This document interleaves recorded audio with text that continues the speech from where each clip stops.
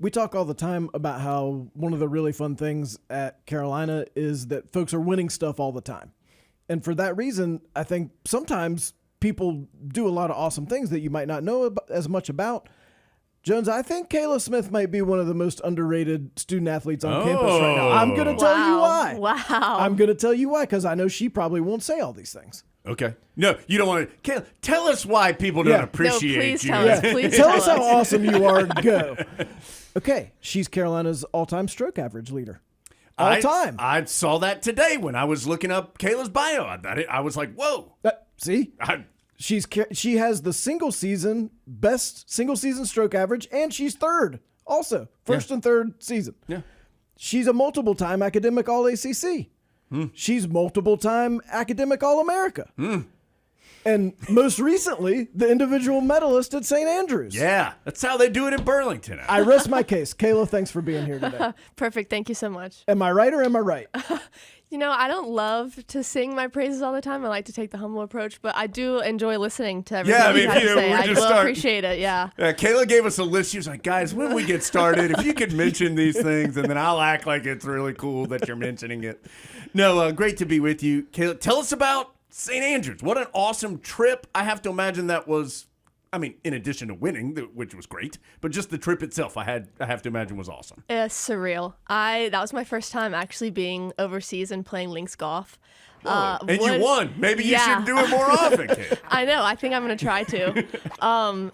Obviously, with it being in October, the weather wasn't incredible. Right. But, that's to be expected in Scotland. So I kind of just took it as it is. But it honestly could have not gone better. Winning and then our team winning and then obviously being where we were was just incredible.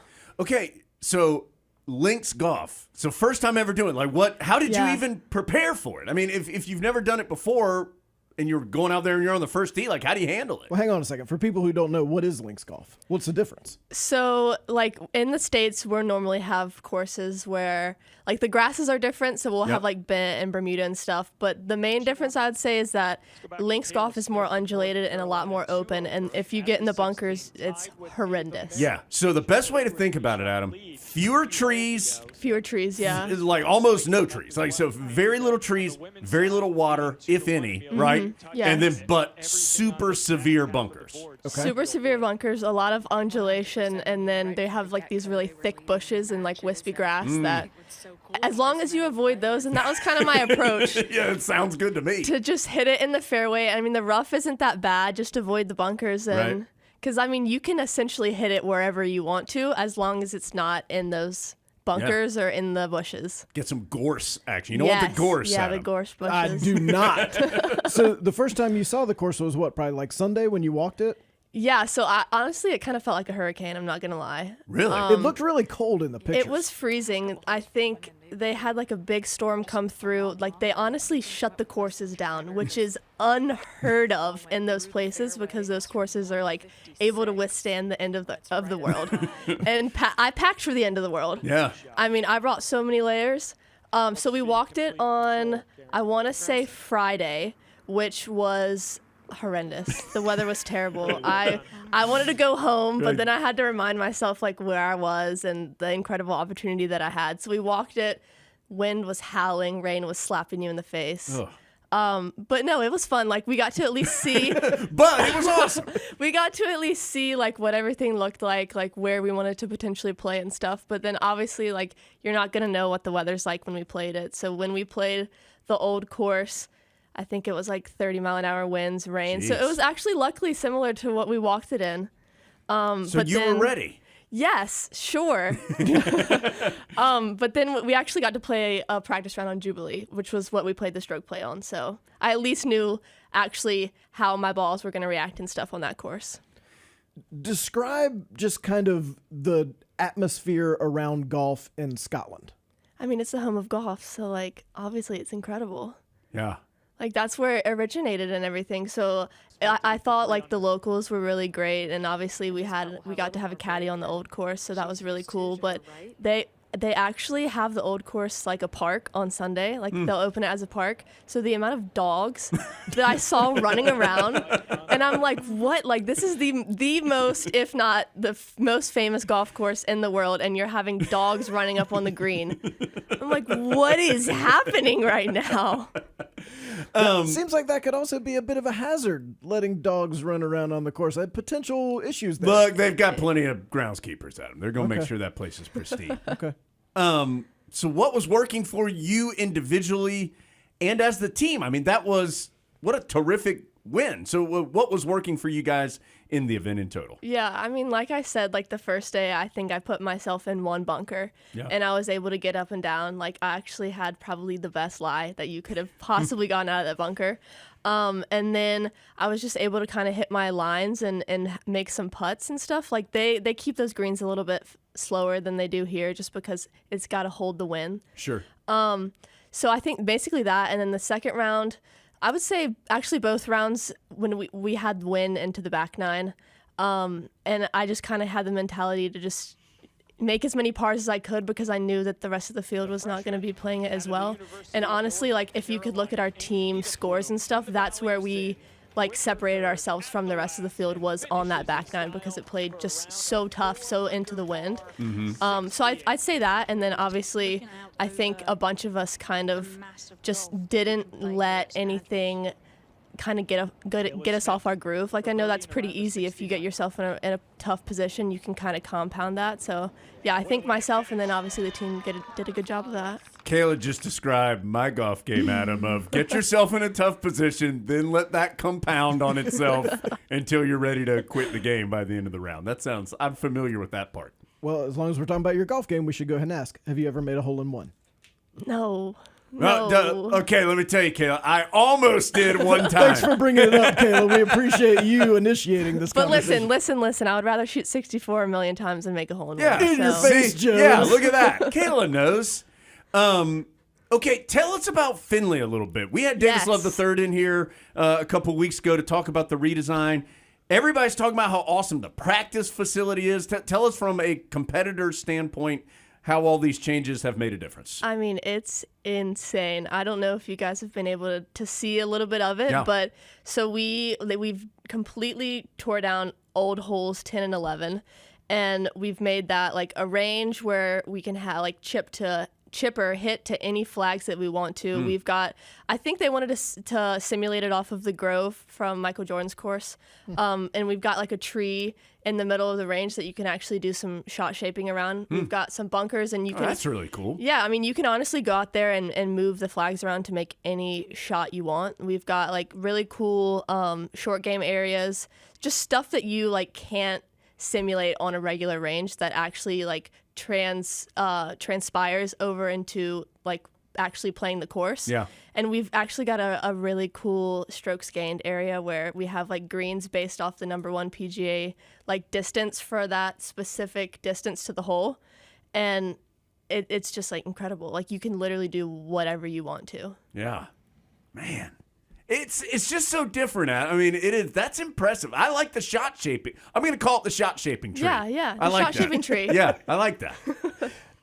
You're from Burlington, right? I am, yes. Did you grow up as a Tar Heel fan, or were you something else? No, always a Tar Heel fan. My dad went to UNC, so I grew up coming to everything, and I bleed blue so hard. So, what's your first memory of like being aware of Carolina or like Carolina athletics as a thing? Probably when I was really young. There's actually a picture of me at Halloween dressed up as a Carolina cheerleader. So I'd probably definitely say going to like the basketball games. Probably did that more so than the football games and stuff. And then once I got into high school, I actually was able to go out to the Tar Heel golf camps and stuff. Nice. So that's probably when I first got exposed to golf at Carolina. Okay. When did you realize you were good at golf? I mean, have you always played golf? Was it something you were in high school and you're like, yeah, let's try this out, and you realized you were really good? Like, how'd it play out? It was not my first sport. I grew up playing soccer and basketball and pretty much every other sport that you can imagine. And my dad, he introduced me to the sport. He started playing after college. And I just kind of thought that it was a great thing to do with my dad. I didn't like really fall in love with the sport immediately, but then I got in touch with actually one of my parents' friends at the time, she was a swing coach out at our home country club, Alamance Country Club. So I got in contact with her and was able to do like golf, tennis, and swim camps and stuff like that. And then that's kind of when I was like, wow, like I actually kind of like this. I just kept doing it. Like I wouldn't say that it was like on the front of my list or anything. Right. And then once high school came, I was like, actually, like I think I want to play this in college. So I quit every other sport and just focus on golf. What do you like about it? Because I think obviously a lot of people play it, but a lot of people don't craft it the way, even just talking about that practice facility. That's not normal for most people. Yeah. So you've got to be dedicated to do things like that. So what do you like about the game? I just, at first I obviously saw it as an opportunity to get closer to my dad, and I just we would play like father-daughter tournaments and stuff. That's cool. And I loved that. And then just kind of being out on the golf course, I always felt like I was kind of at home, and I was able to kind of separate that from like the rest of all of the stuff that was going on in my life that was just insane and chaotic and all that kind of stuff, and I would be able to go out into the golf course and just play. Well, see, Kayla's saying these things, and Adam doesn't play golf. No. I do play golf. Yeah. Adam, you should try it. I'm telling you. All the golfers we've had have convinced me that I would enjoy doing it, which is why I'm not doing it. Because I feel like it would require A, a lot of time, and B, I'd get really mad. Well, but it sounds really fun, and you get to go a lot of cool places, which I like. Exactly. I would like to go to Scotland. Yeah. Do you like mini golf? Oh, yeah. Okay. I'm a beast at mini golf. Golf and Dolphin and Cape Carteret, I'll take you down, Kayla. So grew up at Tar Heel, played a lot of golf with your dad. You win this international event at this world headquarters of golf. What's that called like to your dad after? Well, I'm assuming he's the first one you called. Yes. He probably doesn't want me saying this. No, that's fine. But there were a few tears shedded. I'm sure.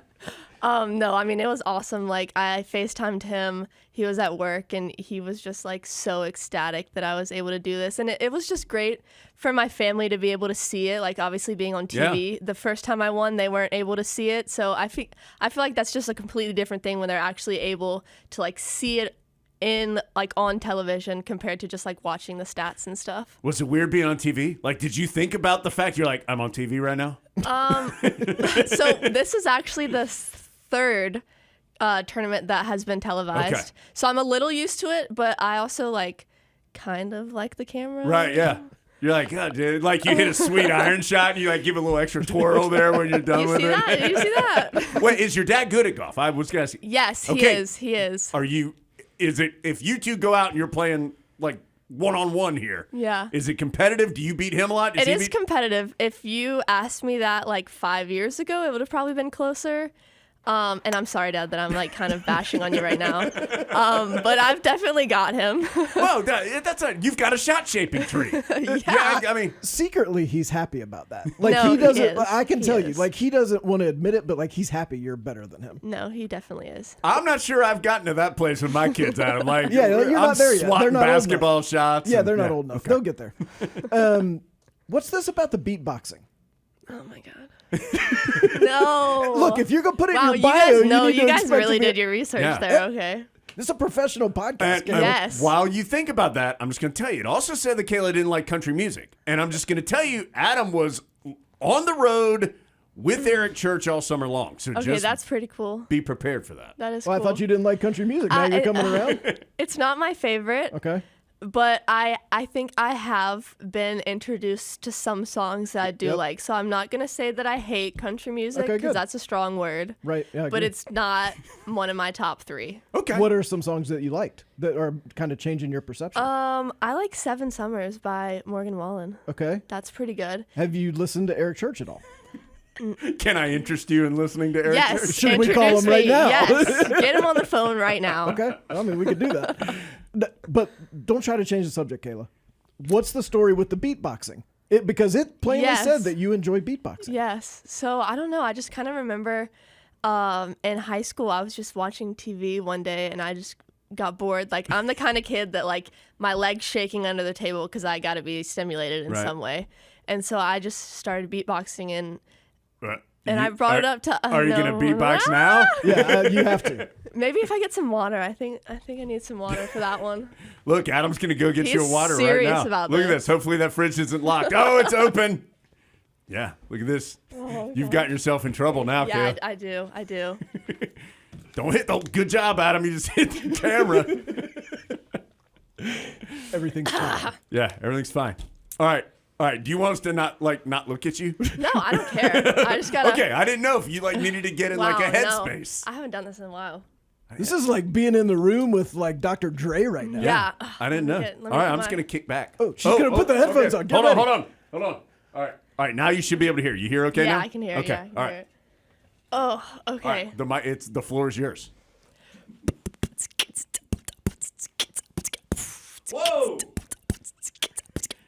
Yeah! There we go. There That we go. was good. Yeah, that was good. Have you ever thought of quitting golf? Yeah, that's right. You've got You a whole nother career in front of you. I don't know if I'm as good at beatboxing as I am at golf. But Somewhere the Loreleis are like, get Kayla Smith's number right now and Yeah. call her up. That's right. Tell us quickly, because you've been with us almost 20 minutes, and we appreciate your time. yeah, absolutely. What is it right now about? It just seems like both the men and the women's golf programs at Carolina have some really good momentum behind them. I know that the new facility is a great part of that, but from the women's side specifically, like what's happening right now that's allowing this program to take some steps forward? I mean, obviously, we've got the new coach, Yeah. Amy Neff. She came in 2 years ago, I want to say. And then we actually got a new assistant, Catherine Perry. She's great, super knowledgeable. She's obviously played at UNC and then played professionally, so she kind of knows how everything works. I just think like our team chemistry is pretty good, and we're just actually like really flowing in terms of like making like each person contributing to the lineup. And in golf, you play 5, count 4, and it's like super imperative that you at least need to have like 3 pretty solid scores in order to make it pretty high up on the leaderboard. So I think having all of us come together and put in a good round each of the 3 days, I think we've been doing a really good job of that this year. And yeah, like you said, super good momentum going into the spring for sure. All right, last question. And I asked this to, I think, every tennis or golf person that we have on here. It's an individual sport. It is, yeah. So how do you manage the team aspect of an individual sport? Well, I mean, growing up playing a lot of other sports, I loved the team aspect. So I think playing in college was kind of a good thing for me in terms of having that. And I just think, like, obviously, you know that you have to contribute individually, but the team doesn't go anywhere if it's just you. So like knowing and relying on my teammates and like I said, having the good team chemistry is super imperative.